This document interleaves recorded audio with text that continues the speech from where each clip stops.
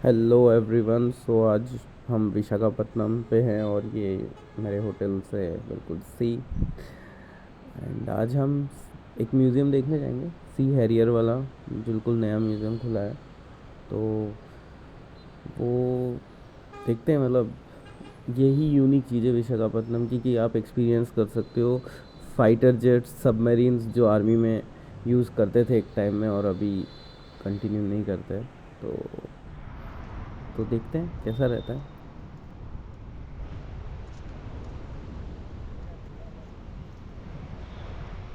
सी Harrier का entrance है बिल्कुल सामने बीच के।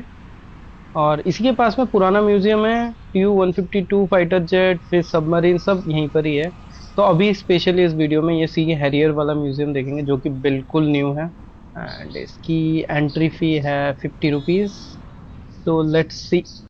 तो एंट्री होते ही सबसे पहले मिलता है MiG-29K का मॉडल, जो कि बेसिकली रिप्लेसमेंट है ये सी हैरियर का। तो ये सारे पार्ट्स, अलग अलग पार्ट्स हैं हैरियर के।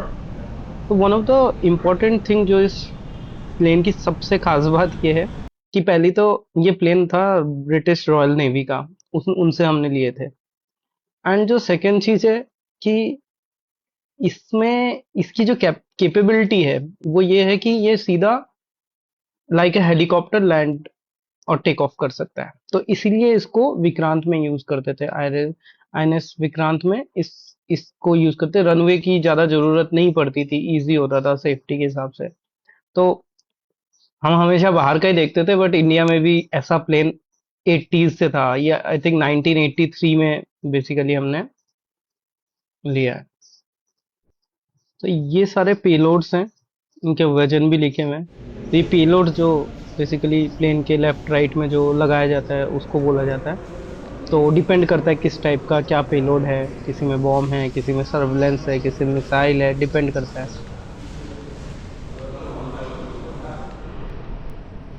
सो ये ना चेफ प्लेयर टाइप की चीज़ें होती हैं जो कि ये बैक ऑफ द एयरक्राफ्ट छोड़ते हैं प्लेयर्स, जिससे कि जो मिसाइल्स आ रही होती हैं एयरक्राफ्ट की तरफ वो ब्लास्ट हो जाती हैं। तो ये आगे जो दिख रहा पॉइंट, ये बेसिकली राइट साइड में जो लंबा सा नोज है, ये एयर रिफ्यूलिंग के लिए काम में आता है।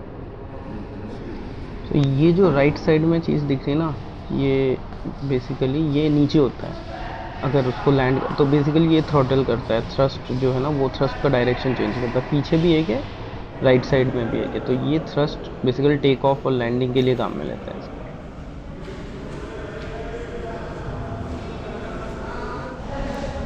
ये कंट्रोलर्स है। जस्ट चेकिंग कितने पुराने कंट्रोलर्स, सीरियसली। अब ये डिस्कंटिन्यू हो चुका है, इसलिए सब कुछ रख रखा है इसका, A to Z चीज़ें।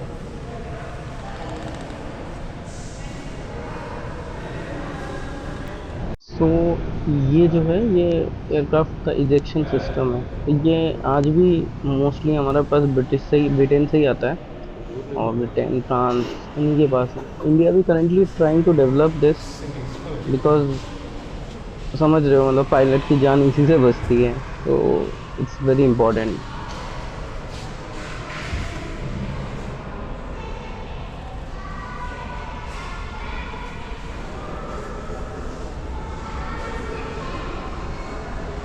सो लक्ष्य एक टाइप का सिस्टम है जो कि लाइक प्लेन की तरह उड़ता है। प्लेन, मिसाइल, कैसे भी समझ लो। प्लेन जैसे भी होते हैं कुछ, तो वो रेडार में ऐसा लगेगा कि कोई प्लेन आ रहा है, तो टेक्निकली ऑपोजिशन को लगे कि भाई लिटरली उन्होंने प्लेन देखा, तो उसमें भी काम आता है। और ये टेस्टिंग में सबसे मेन काम जो आता है वो टेस्टिंग में आता है, एज अ कि भाई हम कोई मिसाइल से टारगेट कर रहे हैं किसी एयरक्राफ्ट को, तो लाइक दैट। के अंदर बॉम्ब रख सकते हैं, पेलोड्स हैं ये, बस बहुत हल्के होते हैं, ये एल्यूमिनियम के हैं।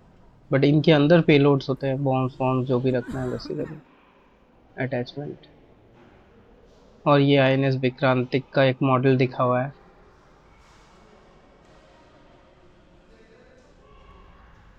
सो ये देखो, ये रिलीजेस है I think, missile, different type of missile के, मिसाइल लॉन्चर्स बोलते हैं। तो इसको लगाते हैं और इसके नीचे फिर मिसाइल का अटैचमेंट लगता है। ये सारे कनेक्शन पोर्ट्स हैं और सब।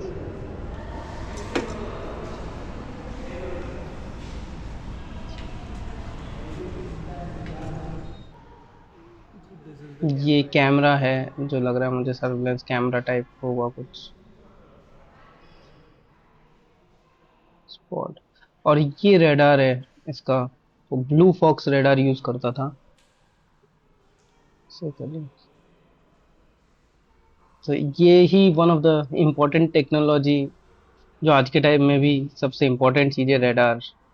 कितना इफेक्टिव और कितना बड़ा रेडार और कहाँ है, उसी पे ही मैं काफी सारी ये चीजें रिलाई करती है। ये सारे रेडार के पार्ट्स हैं जो बिल्कुल, ये जो रेडार सिस्टम है ये लगता है बिल्कुल जो नोज होता है वहां पे लगा होता है ये फ्लाइट के। तो ये घूमता है, मतलब आप लेफ्ट राइट ये सब कंट्रोल कर सकते हो, जिससे कि आप ऑटोमेटिक होता है ये बेसिकली। तो वो स्कैन करता है चारों तरफ, स्कैन करके बताता है कि किधर है।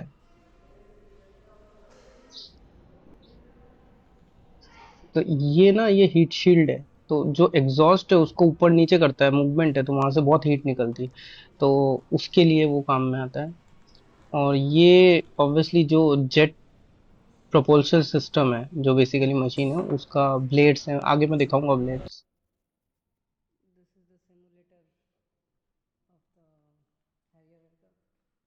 ये बेसिकली सिमुलेटर, इस पे ट्रेनिंग होता था।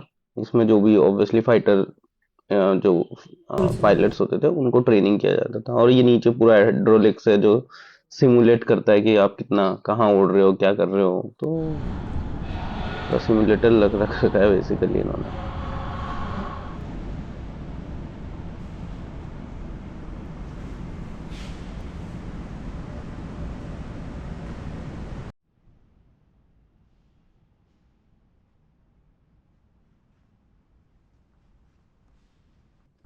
और ये जेट इंजन के जो बेसिकली टरबाइन्स हैं, फिन्स हैं, वो हैं।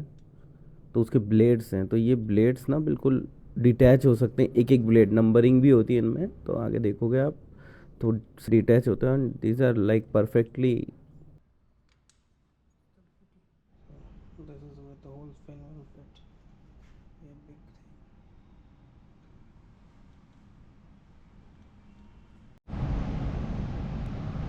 और ये बेसिकली मशीन आपको दिख रही है, जो जेट इंजन की जो एक्चुअल मशीन है।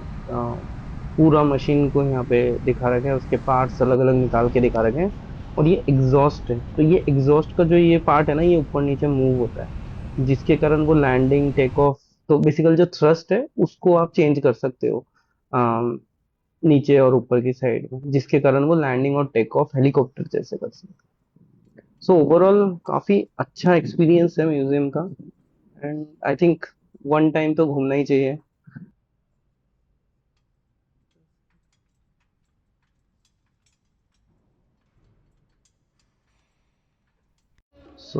आज यहाँ पे एक फेस्टिवल है, तो जिसके कारण यहाँ रथ यात्रा निकाल रहे हैं। सो या गाइस, और दूसरी भी वीडियोस हैं वहाँ की। सबमरीन का भी है एक, दूसरी फाइटर जेट का भी है। तो I try to post it soon.